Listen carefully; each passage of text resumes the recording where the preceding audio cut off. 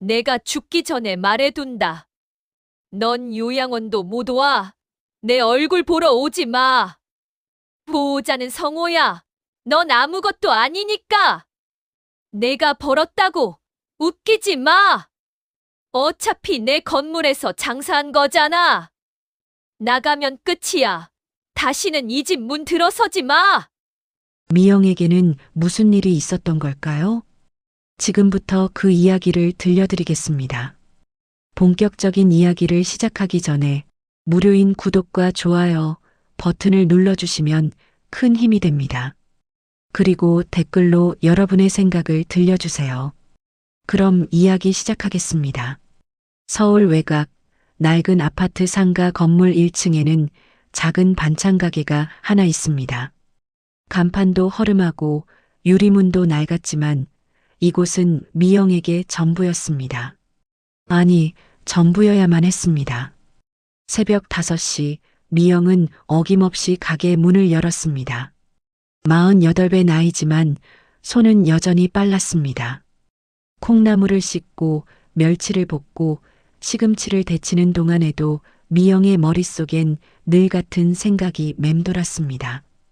오늘도 무사히 아무 일 없이 지나가길. 하루하루가 전쟁 같았습니다. 손님을 응대하고 반찬을 포장하고 계산을 하는 일상 속에서 미영이 진짜 두려워하는 건 따로 있었습니다. 바로 집으로 돌아가는 그 순간이었습니다. 오전 11시쯤 미영은 잠시 가게 문을 닫고 집으로 향했습니다. 시어머니 정분의 아침 식사를 챙겨드려야 했기 때문입니다. 엘리베이터를 타고 8층까지 올라가는 동안 미영의 어깨는 점점 더 무거워졌습니다. 현관문을 열자마자 정분의 목소리가 들려왔습니다. 이제 오냐? 배고파 죽는 줄 알았네. 거실 한가운데 정분은 소파에 앉아 텔레비전을 보고 있었습니다. 72살의 나이지만 목소리만큼은 여전히 날카로웠습니다. 미영은 재빨리 부엌으로 들어가 아침상을 차렸습니다. 된장찌개, 김치, 계란말이. 정분이 좋아하는 메뉴였습니다. 어머니, 진지 드세요. 또 이거야? 맨날 똑같은 반찬만 해오네. 미영은 대답하지 않았습니다. 대답하면 더 길어질 뿐이라는 걸 오랜 세월 배웠기 때문입니다. 정부는 몇 숟가락 뜨더니 불쑥 물었습니다. 오늘 매출은 어때? 아직 오전이라 많이 나오진 않았어요. 그래도 통장은 가져왔지? 미영의 손이 잠시 멈췄습니다. 자신의 이름으로 된 통장이지만 이미 오래전부터 정분의 손에 있었습니다. 미영은 가방에서 통장을 꺼내 식탁 위에 조심스럽게 놓았습니다. 어휴, 며느리는 말을 2번 하게 만들어. 정부는 통장을 집어들고 잔액을 확인했습니다. 미영은 그 모습을 보며 속으로 한숨을 삼켰습니다. 20년이 넘는 세월 동안 미영은 단 한 번도 자신의 돈을 자유롭게 써본 적이 없었습니다. 남편 성호는 출근 준비를 하며 거실을 지나갔습니다. 50살의 성호는 아내와 어머니 사이의 긴장을 느끼면서도 애써 외면했습니다. 넥타이를 매며 고개를 돌리는 성호의 뒷모습을 보며 미영은 또 한 번 스스로를 다독였습니다. 저 사람도 힘들겠지, 어머니와 나의 사이에서. 하지만 그건 미영 자신을 위한 위로일 뿐이었습니다. 성호는 단 한 번도 미영의 편에 서본 적이 없었습니다. 아니, 서려고 하지 않았습니다. 다녀오겠습니다. 성호가 현관문을 나서자 집안은 다시 정분과 미영 둘만의 공간이 되었습니다. 미영은 설거지를 하며 시계를 보았습니다. 가게를 비운 지 벌써 40분이 넘었습니다. 서둘러야 했습니다. 어머니, 가게 가봐야 해서요. 그래, 가서 돈이나 잘 벌어와. 넌 그것밖에 못하잖아. 미영은 아무 말도 하지 않고 집을 나왔습니다. 엘리베이터 안에서 거울에 비친 자신의 얼굴을 보았습니다. 주름이 깊어지고 눈가엔 피로가 가득했습니다. 언제부턴가 미영은 거울 보는 것조차 두려워졌습니다. 가게로 돌아오니 손님 몇 명이 기다리고 있었습니다. 미영은 재빨리 앞치마를 두르고 환한 미소를 지었습니다. 손님들 앞에서만큼은 행복한 척해야 했습니다. 그게 장사였고 생존이었습니다. 어서 오세요. 뭐 필요하세요? 오후 내내 미영은 쉬지 않고 일했습니다. 반찬을 담고 포장하고 계산하고 손님이 끊기지 않는 건 감사한 일이었지만 몸은 점점 지쳐갔습니다. 그래도 멈출 수 없었습니다. 멈추는 순간 정분의 잔소리가 시작될 테니까요. 저녁 8시 미영은 가게 문을 닫았습니다. 하루 매출을 정리하며 계산기를 두드렸습니다. 오늘도 그럭저럭 괜찮은 매출이었습니다. 하지만 이 돈은 온전히 미영의 것이 아니었습니다. 통장은 이미 정분의 손에 있었고 카드 역시 마찬가지였습니다. 집으로 돌아가는 길 미영은 편의점에 들러 우유 한 팩을 샀습니다. 정분이 매일 저녁 마시는 우유였습니다. 계산을 하며 미영은 문득 생각했습니다. 나는 언제쯤 내 돈으로 내가 마시고 싶은 것을 살 수 있을까? 하지만 그 생각은 금방 머릿속에서 지워버렸습니다. 그런 생각을 하면 할수록 더 비참해질 뿐이었으니까요. 미영은 무거운 발걸음으로 집으로 향했습니다. 우리는 가족이라기보다 계산서 위에 얹힌 숫자였습니다. 미영은 그렇게 하루를 또 버텼습니다. 내일도 모레도 이렇게 살아가야 했습니다. 끝이 보이지 않는 터널 속에서 미영은 오늘도 스스로를 다독이며 잠자리에 들었습니다. 어느 날 아침 정부는 평소와 다른 말을 꺼냈습니다. 미영아, 오늘 은행 좀 가자. 미영은 국을 끓이다 말고 고개를 돌렸습니다. 정분이 은행에 가자고 하는 건 흔한 일이 아니었습니다. 보통은 통장과 카드를 챙겨가라는 말만 했을 뿐 함께 가자고 한 적은 거의 없었습니다. 무슨 일이세요? 요즘 세상이 얼마나 험한데 미리미리 정리해둬야지. 정분의 목소리엔 묘한 단호함이 섞여 있었습니다. 미영은 불안한 예감이 들었지만 거절할 수 없었습니다. 시어머니의 말은 곧 명령이었으니까요. 오전 10시 두 사람은 집 근처 은행에 도착했습니다. 번호표를 뽑고 기다리는 동안 정부는 계속해서 미영의 가방을 쳐다봤습니다. 마치 그 안에 든 통장과 도장을 확인하려는 듯한 눈빛이었습니다. 32번 고객님, 창구로 와주세요. 정분이 먼저 일어섰고 미영도 따라 일어났습니다. 창구 직원은 친절하게 미소를 지으며 물었습니다. 무엇을 도와드릴까요? 통장 비밀번호 변경하려고요. 정분의 말에 미영은 움찔했습니다. 통장 비밀번호를 바꾼다고요? 그것도 미영의 이름으로 된 통장을요? 어머니, 그게 무슨... 며느리 통장이요. 비밀번호 바꿔주세요. 직원은 잠시 미영을 쳐다봤습니다. 미영은 고개를 들 수 없었습니다. 창구 너머로 다른 사람들의 시선이 느껴졌습니다. 정부는 아랑곳하지 않고 말을 이었습니다. 요즘 보이스피싱도 많고 해킹도 많잖아요. 며느리가 깜빡할까봐 제가 대신 관리해 주려고요.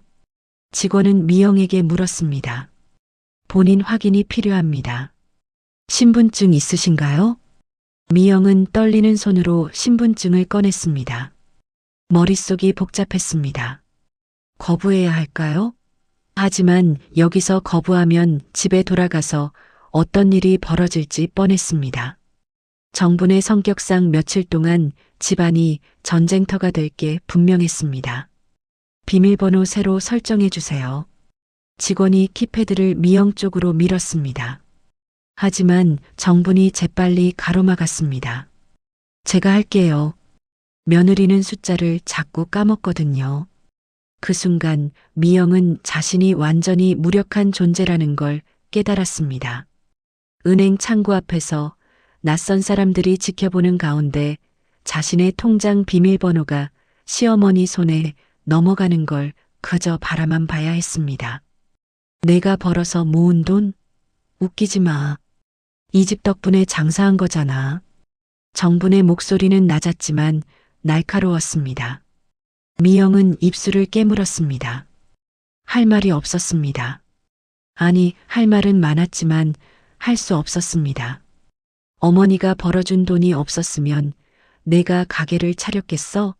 성우가 보증 안 섰으면? 사실이었습니다. 20해 전 미영이 반찬 가게를 시작할 때 성우 명의로 대출을 받았습니다.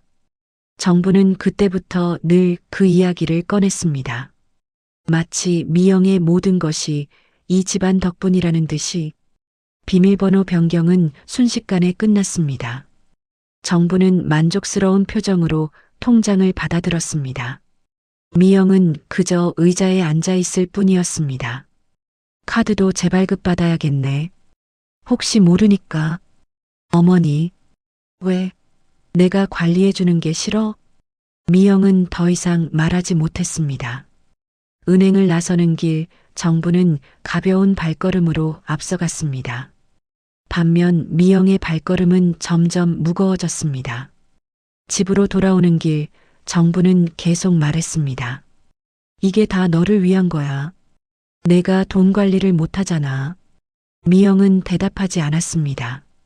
20해 동안 단 한 번도 자기 돈을 함부로 쓴 적 없는 미영에게 돈 관리를 못한다는 말은 너무나 억울했습니다. 그날 저녁 미영은 가게에서 혼자 앉아 있었습니다. 손님이 없는 시간 미영은 텅 빈 계산대를 바라봤습니다. 그 위에는 카드 단말기만 덩그러니 놓여 있었습니다. 나는 뭘 위해 이렇게 일하는 걸까? 눈물이 났습니다. 하지만 울 수 없었습니다. 누가 볼까봐, 누가 물어볼까봐 두려웠습니다. 미영은 눈물을 닦고 다시 일어섰습니다.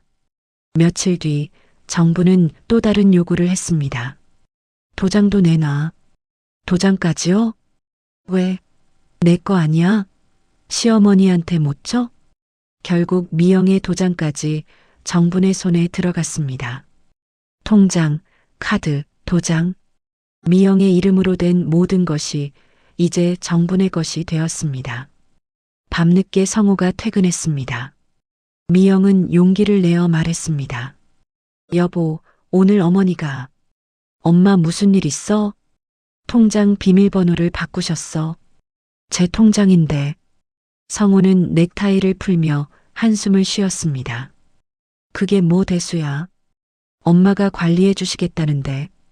하지만 그건 제가 번 돈이잖아요. 내가 벌었어. 우리 가족이 함께 번 거지. 왜 자꾸 내 거 따져? 미영은 더 이상 말하지 못했습니다. 남편마저 이런데 누가 자신의 편이 될 수 있을까요? 그날 밤 미영은 잠들지 못했습니다. 천장을 바라보며 계속 생각했습니다. 언제까지 이렇게 살아야 하지? 답은 나오지 않았습니다. 다만 한 가지는 확실했습니다. 이 집에서 미영은 가족이 아니라 그저 돈을 벌어오는 도구일 뿐이라는 것. 그리고 이 모든 것은 이제 시작에 불과했습니다. 통장을 빼앗긴 뒤로 미영의 일상은 더욱 팍팍해졌습니다. 매일 아침 가게 매출을 정분에게 보고해야 했고 조금이라도 적으면 정분의 잔소리가 시작됐습니다. 오늘은 왜 이것밖에 안 돼? 손님들한테 불친절하게 구는 거 아니야? 아니에요, 어머니. 요즘 경기가 안 좋아서. 경기 탓은 무슨. 내가 성의가 없으니까 그렇지. 미영은 변명조차 할 수 없었습니다. 무슨 말을 해도 정분에겐 핑계로 들릴 뿐이었습니다. 그렇게 몇 주가 흘렀습니다. 어느 날 저녁 정부는 미영을 거실로 불렀습니다. 소파에 앉아 서류 뭉치를 펼쳐놓고 있었습니다. 이거 봐. 요즘 물가가 얼마나 올랐는데. 네, 어머니. 그러니까 앞으로 생활비는 더 줄여야 해. 알겠지? 미영은 고개를 끄덕였습니다. 이미 빠듯한 생활비였지만 거부할 수 없었습니다. 정부는 계속해서 말했습니다. 그리고 내 가게 매출 앞으로 매일 문자로 보고해. 매일요? 왜? 못해? 며느리가 시어머니한테 그것도 못해? 미영은 입술을 깨물었습니다. 매출을 매일 보고하라는 건 감시나 다름없었습니다. 하지만 거절하면 더 큰 일이 벌어질 게 뻔했습니다. 알겠습니다. 그날부터 미영은 매일 저녁 정분에게 매출 문자를 보냈습니다. 10만 원, 12만 원, 9만 원. 숫자 하나하나가 미영을 올가매는 족쇄처럼 느껴졌습니다. 한 달쯤 지났을 때였습니다. 미영은 가게 정리를 하다가 오래된 영수증 하나를 발견했습니다.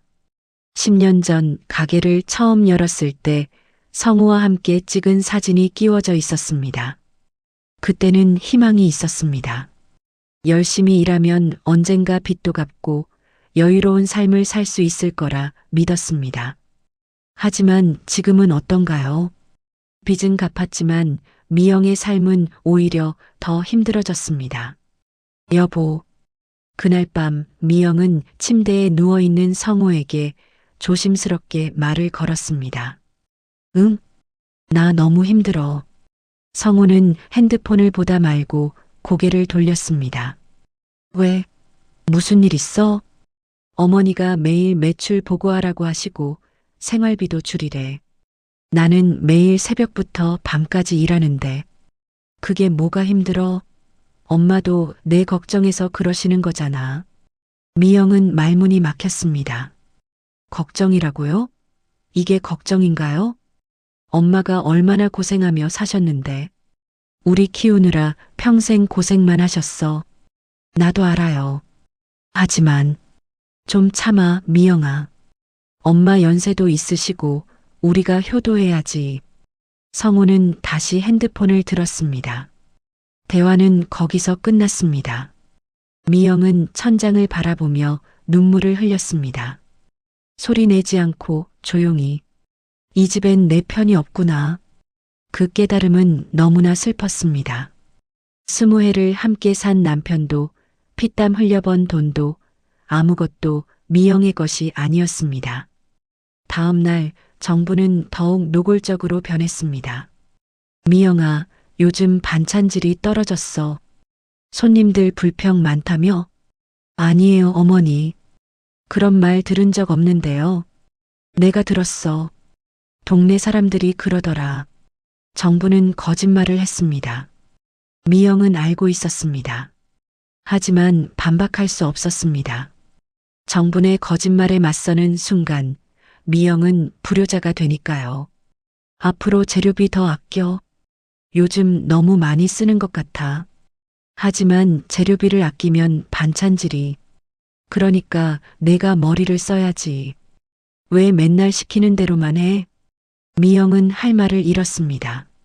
재료비를 아끼라고 하면서 반찬질은 유지하라니. 모순된 요구였지만 정부는 아랑곳하지 않았습니다. 저녁 무렵 미영은 가게 뒤편 작은 공간에 앉아 있었습니다. 손님이 없는 시간, 잠시 쉬는 게 유일한 위안이었습니다. 핸드폰을 꺼내 통장 앱을 열었습니다. 하지만 비밀번호가 바뀌어서 들어갈 수 없었습니다. 자신의 이름으로 된 통장인데 잔액조차 확인할 수 없었습니다. 미영은 핸드폰을 내려놓고 한숨을 쉬었습니다. 나는 대체 뭘 위해 사는 걸까? 그때 정분에게서 문자가 왔습니다. 오늘 매출 아직 안 보냈네. 깜빡한 거야? 미영은 재빨리 계산기를 두드렸습니다.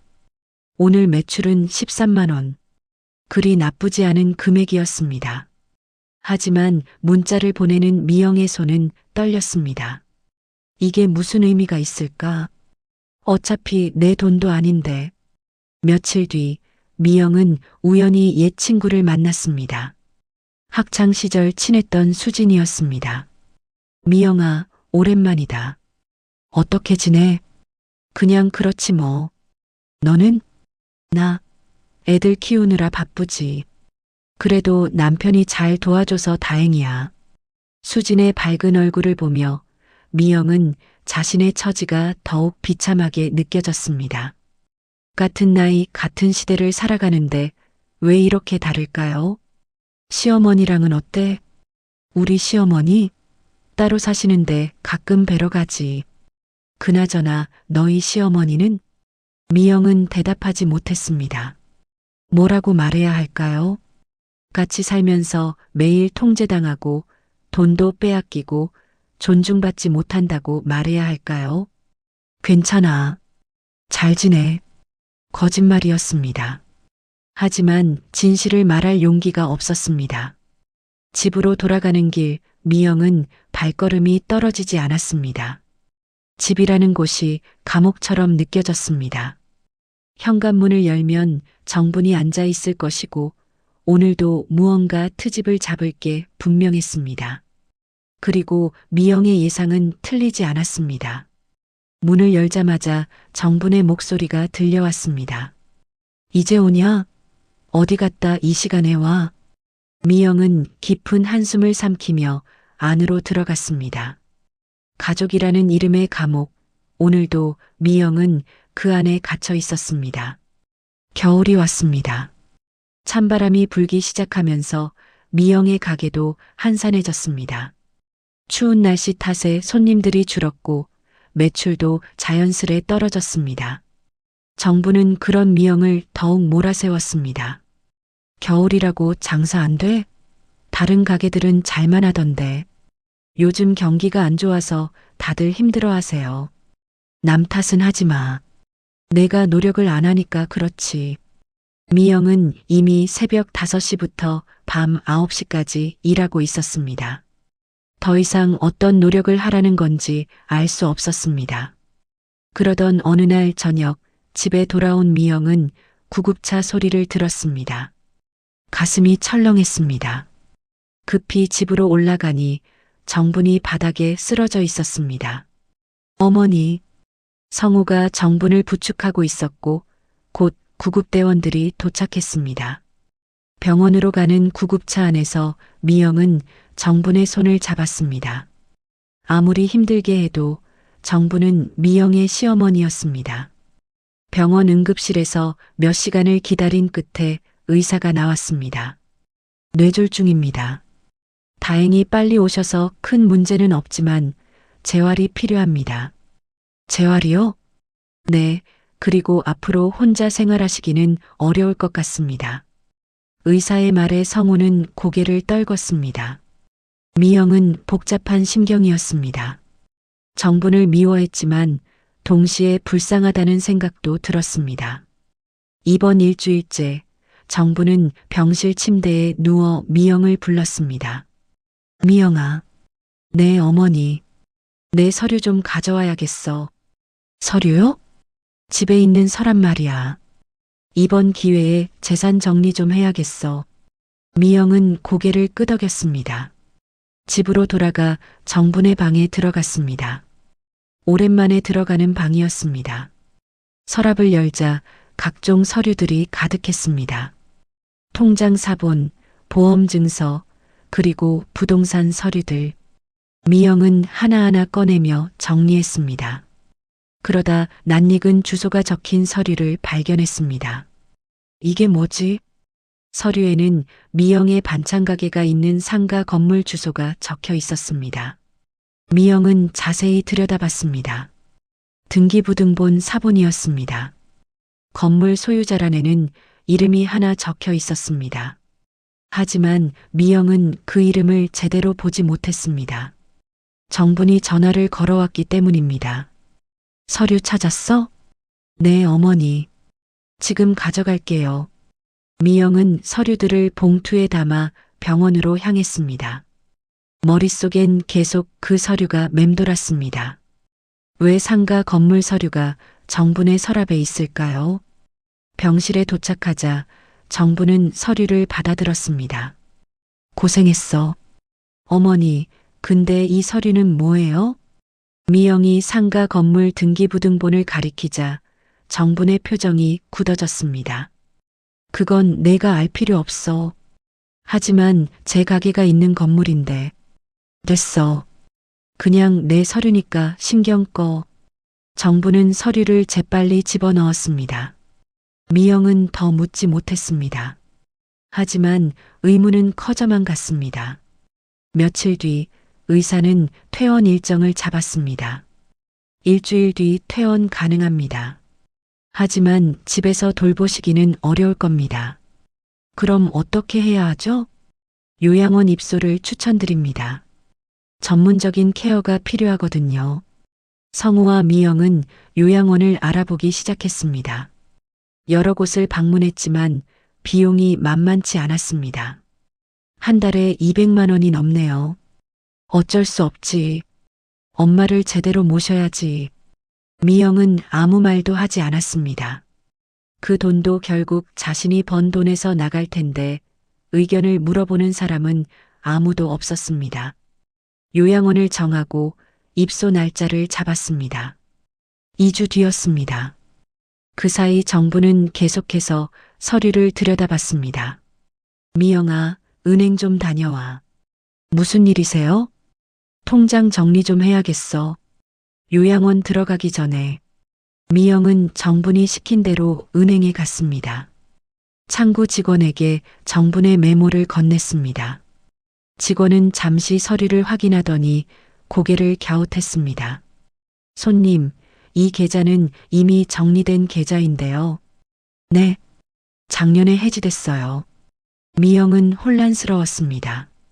정분이 뭔가 착각하고 있는 걸까요? 아니면 다른 이유가 있는 걸까요? 병원으로 돌아가 정분에게 물었습니다. 어머니, 그 계좌는 작년에 이미 정리됐대요. 정분의 얼굴이 일그러졌습니다. 뭐, 그럴 리 없는데. 은행에서 그렇게 말했어요. 정분은 한동안 말이 없었습니다. 무언가 생각에 잠긴 듯 했습니다. 그러더니 갑자기 화를 냈습니다. 내가 잘못 들었겠지. 다시 가봐. 하지만 다시 가보라니까. 미영은 할 수 없이 다시 은행에 갔습니다. 하지만 대답은 똑같았습니다. 계좌는 작년에 이미 해지됐다고 했습니다. 그날 밤 미영은 잠을 이룰 수 없었습니다.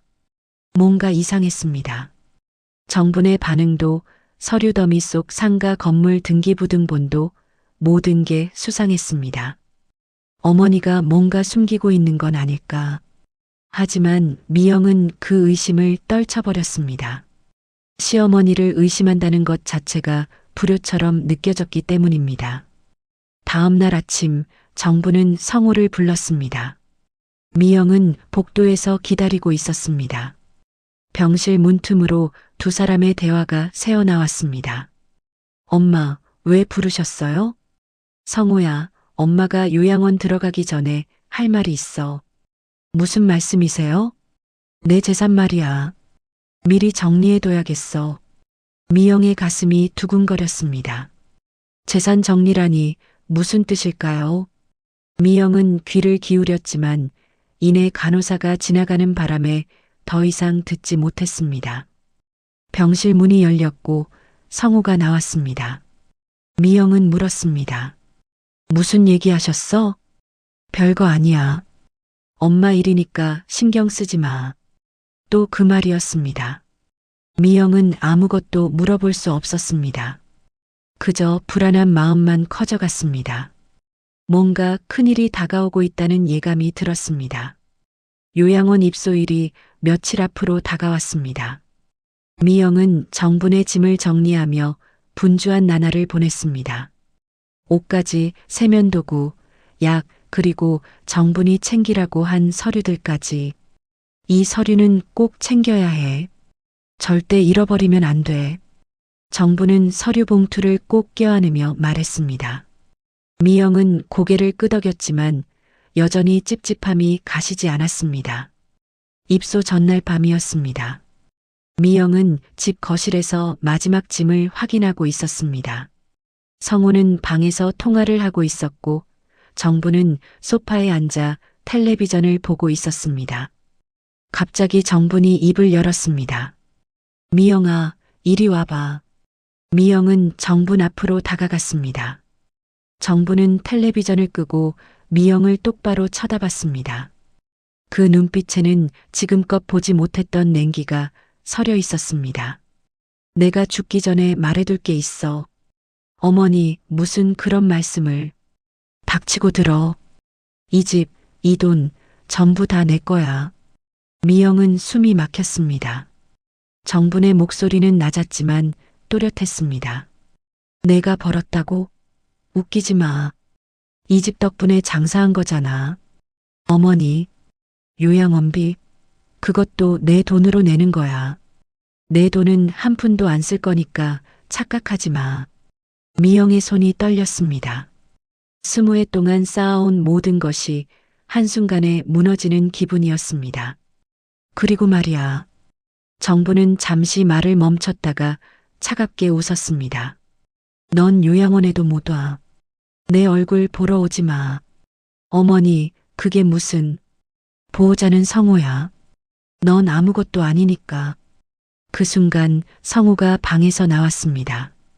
미영은 남편을 바라봤습니다. 도움을 청하는 눈빛이었습니다. 하지만 성호는 고개를 돌렸습니다. 미영아. 성호의 목소리는 떨리고 있었습니다. 엄마 말이 맞아. 미영은 귀를 의심했습니다. 지금 남편이 뭐라고 한 건가요? 이 집은 엄마 명의야. 그리고 통장도 재산도 다 엄마 거야. 하지만 그건 내가 번 게 아니야. 우리 가족이 함께 번 거지. 성호는 그렇게 말하고는 다시 방으로 들어가 버렸습니다. 미영은 그 자리에 서서 아무 말도 할 수 없었습니다. 알아들었어? 넌 이 집에 아무 권리도 없어. 정부는 소파에서 일어나 자신의 방으로 들어갔습니다. 쾅 하는 문 닫히는 소리가 거실에 울렸습니다. 미영은 그 자리에 주저앉았습니다. 눈물이 났습니다. 소리내어 울고 싶었지만 그럴 수도 없었습니다. 이 집에서 미영은 울 권리조차 없었으니까요. 밤새 미영은 잠들지 못했습니다. 천장만 바라보며 지난 20해를 되돌아봤습니다. 새벽부터 밤까지 일했던 날들, 아픈 몸 이끌고 가게 문을 열었던 날들, 명절에도 쉬지 못했던 날들. 나는 대체 뭘 위해 살았던 걸까? 다음 날 아침 요양원 입소일이었습니다. 미영은 평소처럼 일어나 정분의 아침을 준비했습니다. 하지만 정분은 밥을 먹지 않았습니다. 요양원 가서 먹을 거야. 넌 신경 꺼. 짐을 차에 싣고 요양원으로 향했습니다. 차 안은 무거운 침묵으로 가득했습니다. 성호는 운전에만 집중했고 정부는 창밖만 바라봤습니다. 미영은 뒷좌석에 앉아 아무 생각도 할 수 없었습니다. 요양원에 도착했습니다. 깨끗하고 현대적인 건물이었습니다. 직원들이 나와 정분을 맞이했습니다. 어서 오세요. 입소 절차 도와드리겠습니다. 서류를 작성하는 동안 미영은 멍하니 앉아 있었습니다. 정분과 성호가 직원과 이야기하는 소리가 멀리서 들려왔습니다. 보호자 등록은 아드님으로 하시면 되겠네요. 네, 그렇게 해주세요. 미영은 거기 없는 사람처럼 투명했습니다. 아무도 미영에게 묻지 않았고 아무도 미영을 신경 쓰지 않았습니다. 절차가 끝나고 정분의 방으로 짐을 옮겼습니다. 깔끔한 1인실이었습니다. 창문 너머로는 작은 정원이 보였습니다. 어머니, 편히 계세요. 미영이 인사를 하자 정부는 차갑게 대꾸했습니다. 그래, 이제 가봐. 그리고 다시는 오지 마. 어머니, 못 들었어? 오지 말라고. 정분의 목소리에 복도에 있던 사람들이 쳐다봤습니다. 미영은 얼굴이 화끈거렸습니다. 성우가 미영의 팔을 잡아 끌었습니다. 나가자. 요양원을 나오는 길 미영은 뒤를 돌아봤습니다. 창문 너머로 정분이 보였습니다. 정분은 미영을 보며 비웃고 있었습니다. 차에 타자마자 미영은 성호에게 물었습니다. 이게 맞는 거예요? 이렇게 사는 게 맞냐고요? 목소리 좀 낮춰. 사람들이 다 쳐다보잖아. 저 사람들은 중요하고 저는 안 중요해요? 성우는 대답하지 않았습니다. 시동을 걸고 차를 출발시켰습니다. 집으로 돌아가는 내내 두 사람은 한마디도 하지 않았습니다. 집에 도착했습니다. 미영은 차에서 내리지 않았습니다. 왜 안 내려? 나 못 들어가겠어요. 무슨 소리야? 이 집에 들어가면 나 죽을 것 같아요. 성우는 한숨을 쉬었습니다. 미영아, 제발 좀 철 좀 들어. 엄마가 힘드셔서 그러는 거잖아. 그럼 나는요? 나는 안 힘들어요? 너도 힘들지. 근데 엄마는 우리 엄마잖아. 미영은 더 이상 대꾸하지 않았습니다. 차에서 내려 집으로 들어갔습니다. 하지만 현관문을 열고 들어서는 순간 미영은 무릎이 꺾였습니다. 바닥에 주저앉아 미영은 처음으로 소리내어 울었습니다. 참고 참았던 눈물이 터져나왔습니다. 20해 동안 참았던 서름이 한꺼번에 쏟아졌습니다. 성우는 그런 미영을 보며 한숨만 쉬었습니다. 그리고 자기 방으로 들어가 문을 닫았습니다. 미영은 한참을 울었습니다. 눈물이 마를 때까지. 그리고 천천히 일어났습니다. 작은 가방 하나를 들고 옷까지 몇 벌을 챙겼습니다. 뭐해? 성우가 방에서 나와 물었습니다. 나 나갈래요. 어디를? 모르겠어요. 그냥 여기는 못 있겠어요. 미영은 가방을 메고 집을 나섰습니다. 눈이 내리고 있었습니다. 차가운 바람이 얼굴을 스쳤지만 미영은 걸음을 멈추지 않았습니다. 이렇게 끝이구나. 미영은 눈 내리는 골목을 걸었습니다. 어디로 가야 할지 몰랐습니다. 그저 발이 가는 대로 걸었습니다. 차가운 바람이 옷 사이로 파고들었지만 미영은 추위를 느끼지 못했습니다. 한참을 걷다 보니 반찬 가게 앞에 도착했습니다. 어두운 가게를 바라보며 미영은 한숨을 쉬었습니다. 이곳도 이제 의미가 없었습니다. 아무리 열심히 일해도 그 돈은 미영의 것이 아니었으니까요. 가게 문을 열고 들어갔습니다. 익숙한 냄새, 익숙한 공간.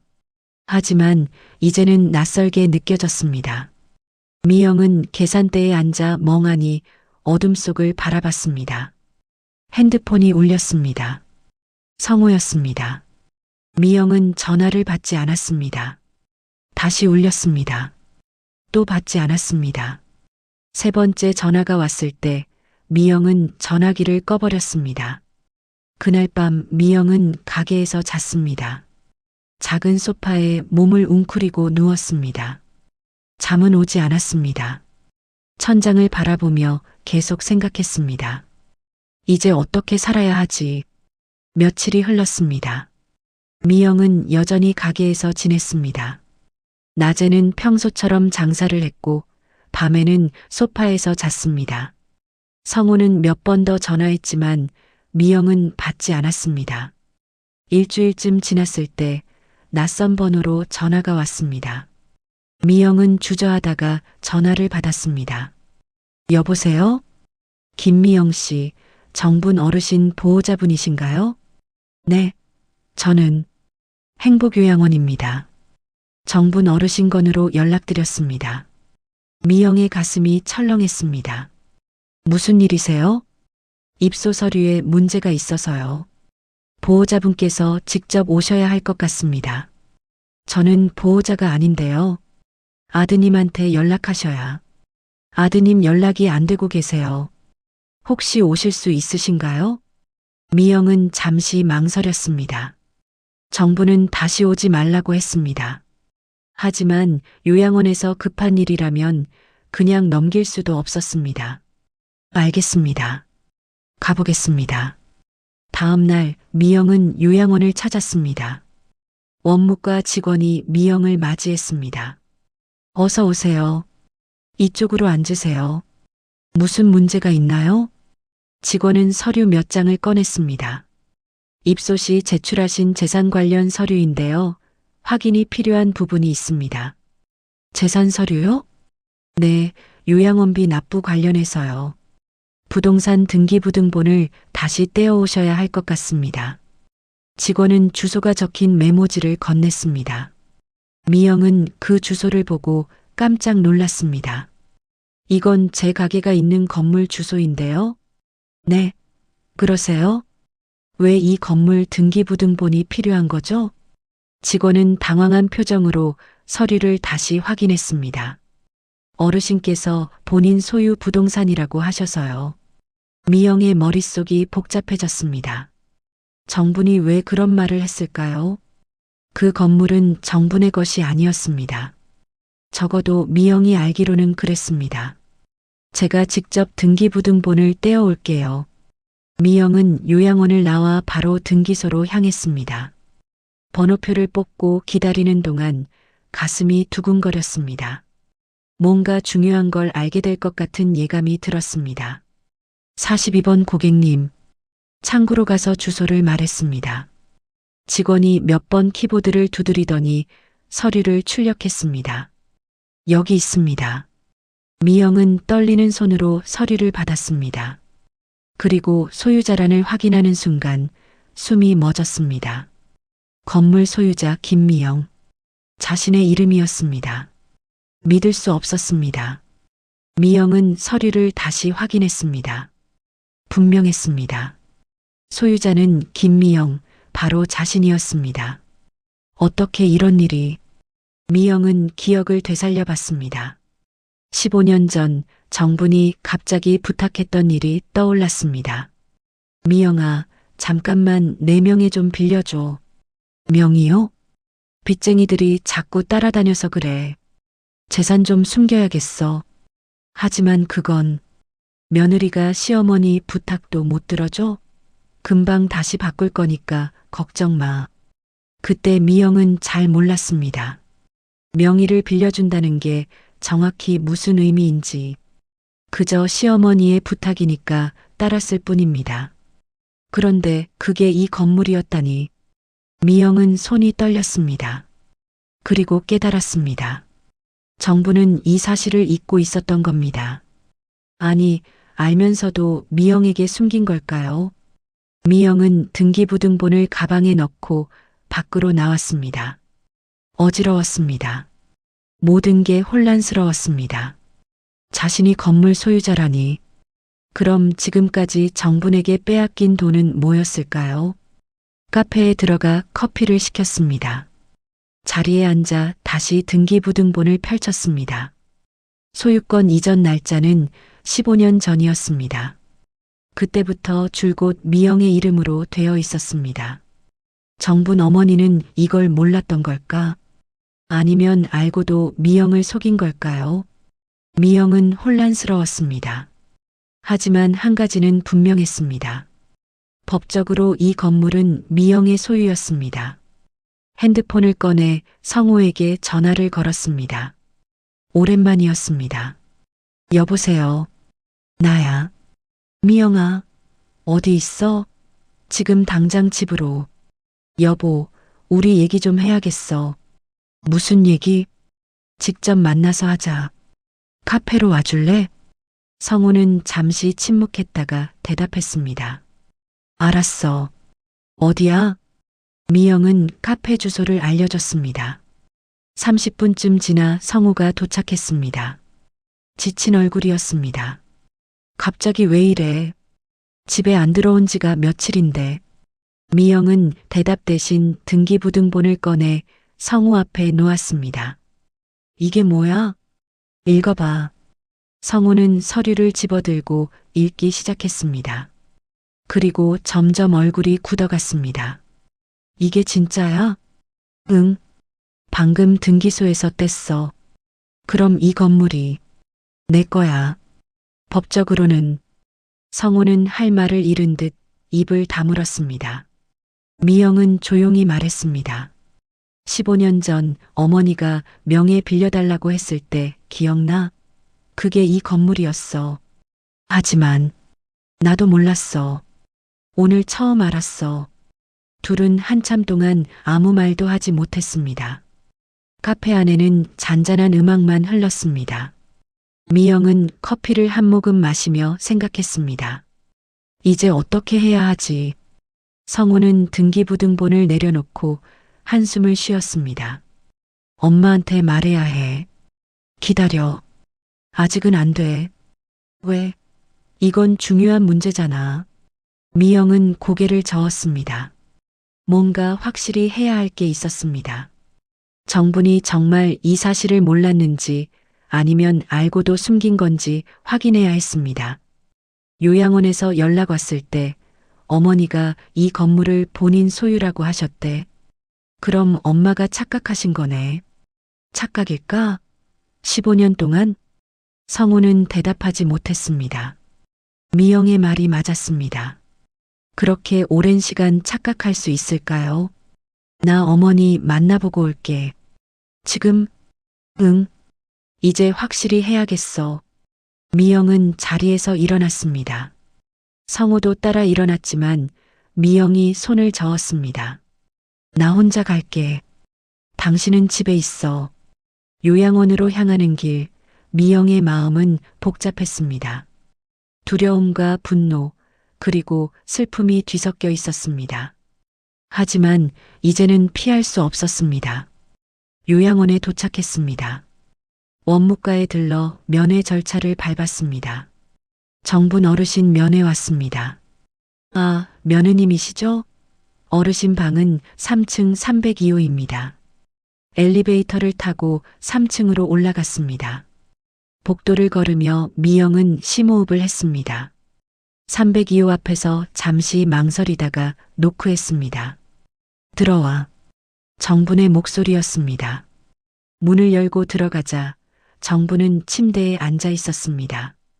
미영을 보자 얼굴이 굳어졌습니다. 오지 말라고 했잖아.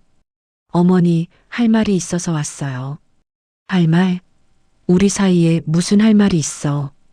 미영은 가방에서 등기부등본을 꺼냈습니다. 정분 앞에 놓으며 조용히 말했습니다. 이거 보세요. 정분은 서류를 집어들었습니다. 처음엔 무심히 보다가 점점 얼굴이 하얗게 질렸습니다. 이게 어떻게? 15년 전 어머니가 명예 빌려달라고 하셨죠. 정분의 손이 떨렸습니다. 서류가 바닥에 떨어졌습니다. 그럴 리 없어. 내가 분명히 다시 바꿨는데. 안 바꾸셨어요. 15년 동안 제 이름이었어요. 아니야. 내가 확인했는데. 정분의 목소리는 점점 커졌습니다. 당황하고 있었습니다. 미영은 처음으로 정분의 그런 모습을 봤습니다. 어머니, 요양원에서 이 건물이 어머니 소유라고 하셨죠? 정분은 대답하지 않았습니다. 그저 떨리는 손으로 침대 시트를 움켜쥘 뿐이었습니다. 알고 계셨던 거예요? 제 이름인걸? 닥쳐. 정분이 소리쳤습니다. 복도에서 간호사가 들어왔습니다. 무슨 일이세요? 괜찮습니다. 잠시 얘기 중이에요. 간호사는 걱정스러운 눈으로 정분을 보다가 나갔습니다. 방 안은 다시 정적에 휩싸였습니다. 미영은 바닥에 떨어진 서류를 주워 다시 정분에게 내밀었습니다. 어머니, 이제 진실을 말씀해 주세요. 정분은 고개를 돌렸습니다. 창밖을 바라보며 한참을 말이 없었습니다. 그러다 작은 목소리로 중얼거렸습니다. 내가 잊고 있었어. 뭐라고요? 정말로 잊고 있었다고. 내 명의로 해놓은 걸 까먹고 있었어. 미영은 믿을 수 없었습니다. 15년 동안 잊고 있었다니. 그럼 그동안 미영을 괴롭히고 돈을 빼앗고 통장을 가져간 건 뭐였습니까? 그럼 제 통장은요? 제가 번 돈은요? 정부는 여전히 창밖만 바라봤습니다. 어차피 내 건물에서 장사한 거잖아. 어머니 건물이 아니에요. 제 건물이에요. 말대꾸하지 마. 정분이 다시 소리쳤습니다. 하지만 이번엔 힘이 없었습니다. 오히려 절규에 가까웠습니다. 내가 뭘 안다고. 내가 얼마나 힘들게 살았는데. 저도 힘들었어요, 어머니. 미영의 목소리도 떨렸습니다. 20해 동안 단 하루도 쉬지 않고 일했어요. 명절에도 아파도 쉬지 않았어요. 그게 당연한 거 아니야? 시어머니 모시는 게 당연한 게 아니에요. 저도 사람이에요. 존중받을 권리가 있어요. 정부는 침대 머리맡 서랍을 열었습니다. 통장 몇 개를 꺼내 미영에게 던졌습니다. 가져가. 다 가져가라고. 통장들이 바닥에 흩어졌습니다. 미영은 그것들을 보며 씁쓸하게 웃었습니다. 이게 전부예요? 뭐, 20해 동안 제가 번 돈이 고작 이것뿐이에요? 정부는 대답하지 않았습니다. 미영은 무릎을 꿇고 통장을 하나씩 주었습니다. 그리고 일어서며 말했습니다. 어머니, 전 이제 제 인생을 살고 싶어요. 내 인생? 웃기지 마. 넌 이 집 며느리야. 아니에요. 전 김미영이에요. 누군가의 며느리이기 전에 저 자신이에요. 미영은 가방을 챙겼습니다. 정분이 뒤에서 소리쳤습니다. 나가면 끝이야. 다시는 이 집 문 들어서지 마. 네, 어머니. 그럴게요. 미영은 돌아보지 않고 방을 나섰습니다. 복도를 걷는 동안 눈물이 흘렀습니다. 하지만 이번엔 슬픔의 눈물이 아니었습니다. 엘리베이터를 타고 내려오며 미영은 창밖을 바라봤습니다. 하늘이 맑았습니다. 오랜만에 보는 맑은 하늘이었습니다. 1층 로비에서 원무과 직원을 만났습니다. 등기부등본 가져오셨어요? 네, 여기 있습니다. 감사합니다. 그런데 비용 납부는 어떻게 하실 건가요? 미영은 잠시 생각했습니다. 그리고 답했습니다. 보호자인 아드님께 연락해 주세요. 제 연락처로는 더 이상 연락 주지 마세요. 네, 하지만 전 보호자가 아닙니다. 앞으로 모든 연락은 아드님께 해주세요. 직원은 당황했지만 고개를 끄덕였습니다. 미영은 요양원을 나섰습니다. 밖은 여전히 추웠습니다. 하지만 미영의 마음은 이상하게 따뜻했습니다. 무거운 짐을 내려놓은 기분이었습니다. 핸드폰을 꺼내 성호에게 전화를 걸었습니다. 나야. 어떻게 됐어?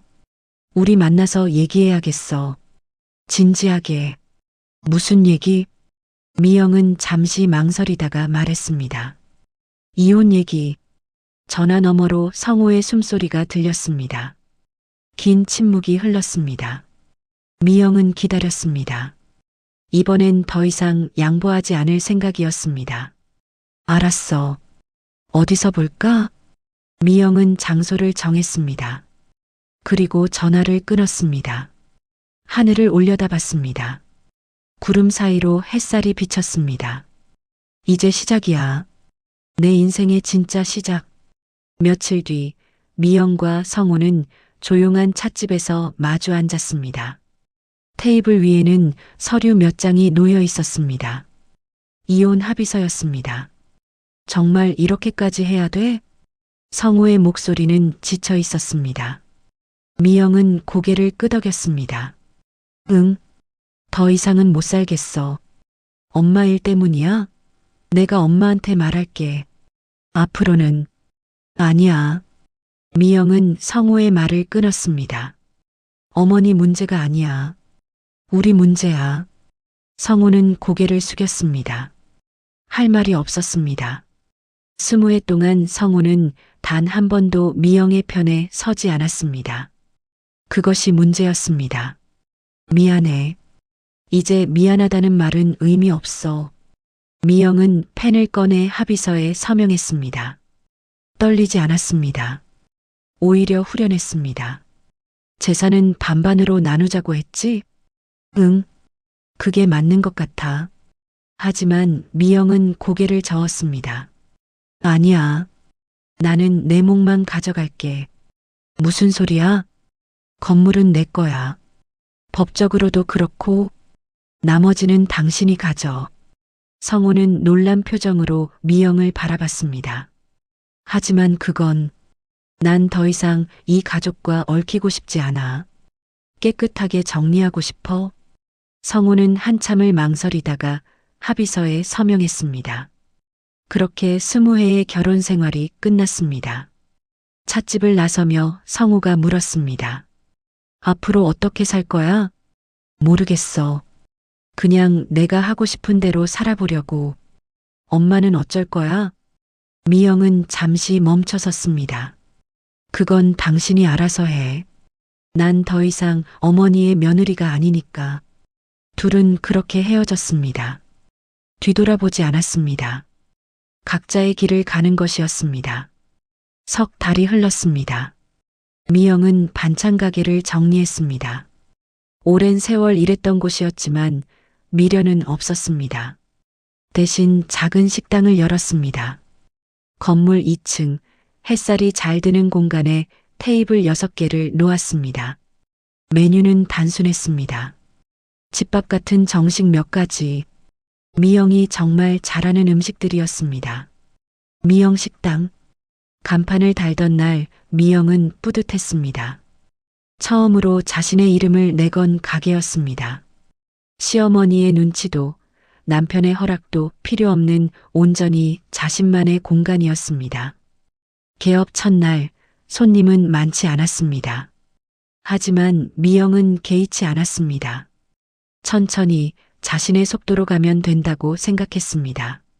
사장님, 여기 된장찌개 정말 맛있네요. 감사합니다. 미영은 환하게 웃었습니다. 진심에서 우러나온 미소였습니다. 오랜만에 짓는 진짜 웃음이었습니다. 시간이 흐르면서 식당은 조금씩 알려졌습니다. 단골 손님들이 생겼고 입소문이 났습니다. 미영은 매일 새벽장을 보고 정성껏 음식을 만들었습니다. 예전처럼 힘들었지만 의미가 달랐습니다. 이제는 자신을 위해, 손님들을 위해 일하는 것이었습니다. 누군가에게 빼앗기지 않는 온전한 자신의 노동이었습니다. 어느 날 옛 친구 수진이 식당을 찾아왔습니다. 미영아, 소문 듣고 왔어. 여기 내가 차린 거야? 응. 들어와. 수진은 식당을 둘러보며 감탄했습니다. 분위기 좋다. 너답니다. 그래. 응. 예전엔 항상 지쳐 보였는데 지금은 편안해 보여. 미영은 웃으며 수진에게 정식을 내왔습니다. 둘은 오랜만에 마음 편히 이야기를 나눴습니다. 시어머니는 어떻게 됐어? 요양원에 계셔. 가끔 성우가 면회 간다던데. 너는 안 가? 응. 안 가. 수진은 미영의 손을 잡았습니다. 잘했어. 내 인생 사는 거 잘한 거야. 그 말에 미영은 눈시울이 붉어졌습니다. 하지만 울지 않았습니다. 이젠 슬픔의 눈물이 아니라 감사의 눈물이었으니까요. 6개월쯤 지났을 때 요양원에서 연락이 왔습니다. 성우의 번호로 온 메시지였습니다. 엄마가 위독하대. 병원으로 옮겼어. 미영은 한참을 고민했습니다. 가야 할까요? 말아야 할까요? 결국 미영은 병원으로 향했습니다. 미운 정 고운 정, 20회를 함께 산 사이였으니까요. 중환자실 앞에서 성우를 만났습니다. 왔구나. 상태가 어때? 별로 안 좋아. 둘은 나란히 의자에 앉았습니다. 어색한 침묵이 흘렀습니다. 엄마가 너 보고 싶다고 했어. 미영은 놀랐습니다. 정분이 자신을 보고 싶다고 했다니 믿기지 않았습니다. 정말? 응. 들어가 볼래? 미영은 중환자실 안으로 들어갔습니다. 침대에 누운 정부는 많이 쇠약해져 있었습니다. 산소 마스크를 쓴 모습이 안쓰러웠습니다. 어머니, 정분이 천천히 눈을 떴습니다. 미영을 보자 눈가에 눈물이 맺혔습니다. 미영아, 내 어머니, 미안해. 작은 목소리였습니다. 하지만 분명히 들렸습니다. 미영의 가슴이 뜨거워졌습니다. 괜찮아요. 아니야, 내가 너무 못됐어. 정분의 손이 미영을 향해 뻗어졌습니다. 미영은 그 손을 잡았습니다. 차가웠습니다. 내가 뭘 잘못 살았는지 이제야 알겠어. 어머니, 용서해 줄 수 있겠니? 미영은 눈물을 흘렸습니다. 오랜 시간 쌓였던 응어리가 풀어지는 느낌이었습니다. 이미 용서했어요. 정부는 희미하게 미소 지었습니다. 그리고 눈을 감았습니다. 평온한 얼굴이었습니다. 한 달 뒤 정부는 세상을 떠났습니다. 장례식은 조촐했습니다. 미영도 참석했습니다. 이혼했지만 마지막 배웅은 해야 한다고 생각했습니다. 장례를 치르고 미영은 다시 일상으로 돌아왔습니다. 식당 문을 열고 손님을 맞이했습니다. 어서 오세요. 따뜻한 미소로 인사했습니다. 햇살이 창문으로 들어왔습니다. 미영은 그 빛 속에서 깨달았습니다. 재산보다 무거운 것은 사람의 마음이었습니다. 돈이 아니라 자신을 되찾은 것이 진짜 상속이었습니다. 저녁 무렵 미영은 식당 창가에 앉아 노을을 바라봤습니다. 붉게 물든 하늘이 아름다웠습니다. 이제 시작이야. 진짜 내 인생은. 미영은 조용히 미소 지었습니다. 앞으로 어떤 일이 있을지 몰랐습니다. 하지만 두렵지 않았습니다. 이제는 자신의 힘으로, 자신의 선택으로 살아갈 테니까요. 미영 식당의 불은 오늘도 따뜻하게 빛났습니다. 미영의 이야기 어떠셨나요? 마음에 와닿으셨다면 무료인 구독과 좋아요 부탁드립니다. 그리고 댓글로 여러분의 마음을 나눠주시면 감사하겠습니다. 다음에도 좋은 이야기로 찾아뵙겠습니다. 감사합니다.